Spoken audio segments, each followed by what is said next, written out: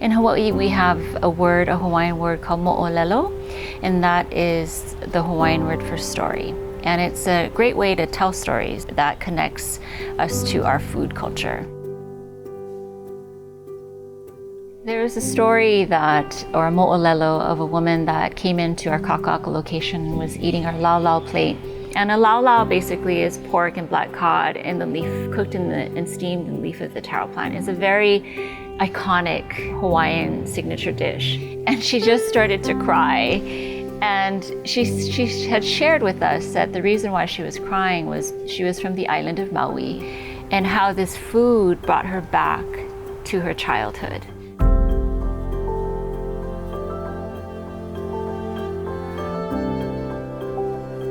And that's what Highway Inn does. We don't do anything that's trendy. By definition, trendy has a limited shelf life. What we want to do is grab your heart. And I think we did that. And we've done it for many, many generations of customers that have come through our doors.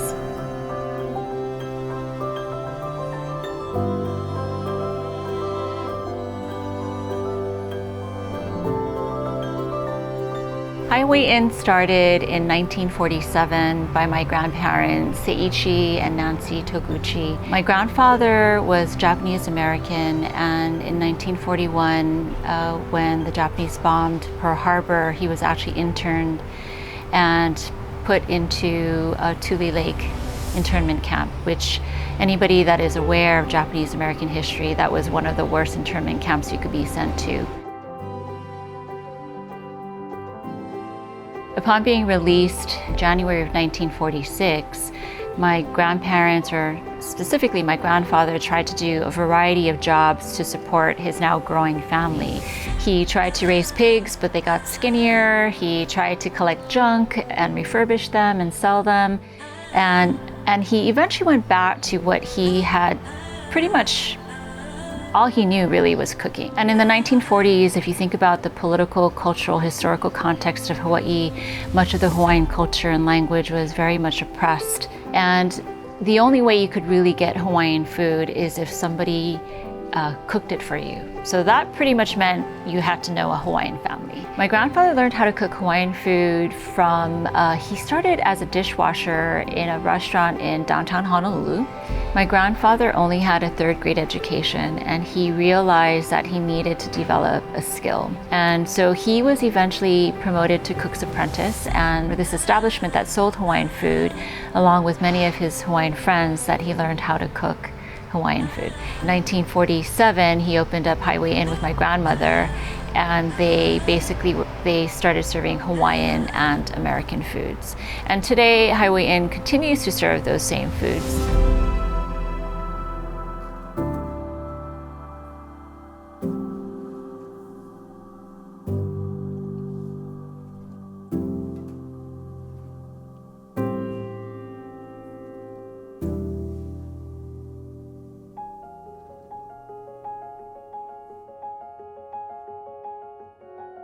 In 2003, my father suffered a brain aneurysm, and coming from a family of 4 girls and being the eldest, my sister and I decided that we wanted to really see Highway Inn continue.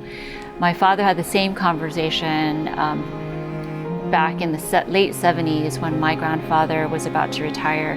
He felt that Highway Inn was around for such a long time that it would be a shame to have it closed. My father suffered a brain aneurysm. It was about 60 years, and my sister and I felt it would be such a shame to close something that has been around for 6 decades. And it's become a staple here in the local community. Highway Inn's main focus is serving Hawaiian food, and so we have your very traditional Hawaiian food staples such as poi, lau, pipi kaula, lomi salmon. There are so many historical stories behind these dishes, but basically that is our main, what we do every day.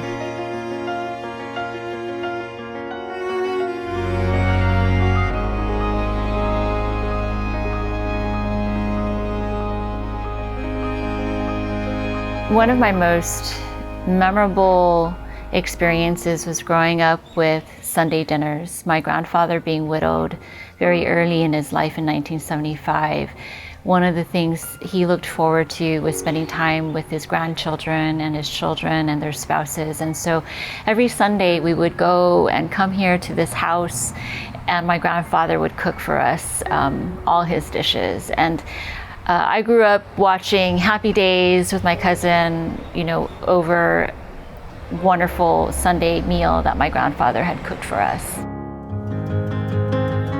I was reading a New York Times article online, and I saw a restaurant in Staten Island, New York called Enoteca Maria, and I thought what they were doing was so cool. They were bringing nonas, or grandmothers in Italian, and having grandmothers from all over the world come and cook in this restaurant. And I thought, Hawaii is such a wonderful place to do this, because here in Hawaii, our kupuna, or our elders, and our tutus, or a family member that is an older family member that you're related to, is so important as a cultural value. Tutu's Kitchen really is an extension of Highway Inn, and it allows us to preserve and share Hawaii's culinary heritage. We have tutus that have shared with us Thai dishes, Polish dishes, Portuguese dishes, Italian dishes, and Hawaiian dishes. And we've been just very fortunate to have other family stories of the dish itself, as well as their cultural heritage and practices that they've tried to preserve in their own families. And Highway Inn being started by my grandparents, and basically what I've been trying to do is preserve the recipes that my grandparents have left me, and trying to connect the present with the past.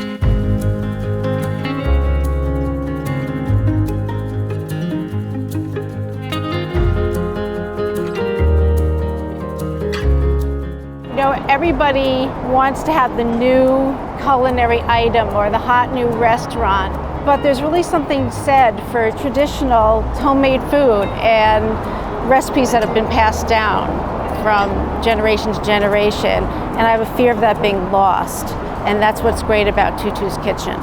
I think an event like Tūtū's Kitchen is really important, because here in Hawaii we get cultures from all over the world. We really get a nice multitude of flavors from everywhere, and it's just interesting working with the different ingredients. People are able to recognize, that we use that in our culture, but we do it differently, or I've never tried it, as a dessert. I use it as a savory item. So it's just a really nice event here to be able to share those recipes, share the flavors, and eat and have fun with everyone. So Tūtū's Kitchen, because it's being held at Highway Inn, which is familiar for local people, but it's a way for them to maybe expand their culinary experience, and also a way to continue culinary heritage. There's a lot of story and a lot of history, as in any other heritage. So I feel like the traditions make the food taste better, which is why it's really important that we hand down recipes and share our culinary heritage, because it'll get lost.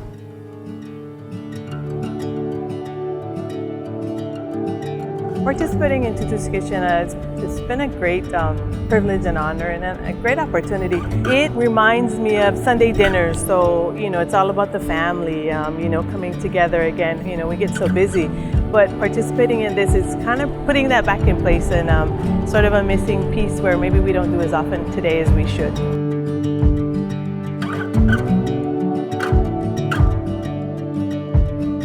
In 2019, we partnered with Les Dames Escoffier Hawaii chapter, and they were the nonprofit that we donated a lot of our Tūtū's Kitchen dinner proceeds to.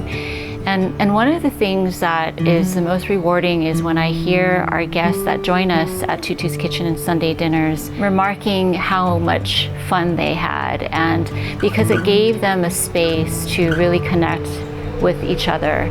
And growing up with Sunday dinners, that's what it was really about, being able to spend time with my cousins and my aunts and my uncles, particularly my grandfather, and to have all these memories, Sunday dinner memories. And Tūtū's Kitchen, in our very busy lives, creates the opportunity for those of us who might not otherwise be able to spend time with each other over a home-cooked meal.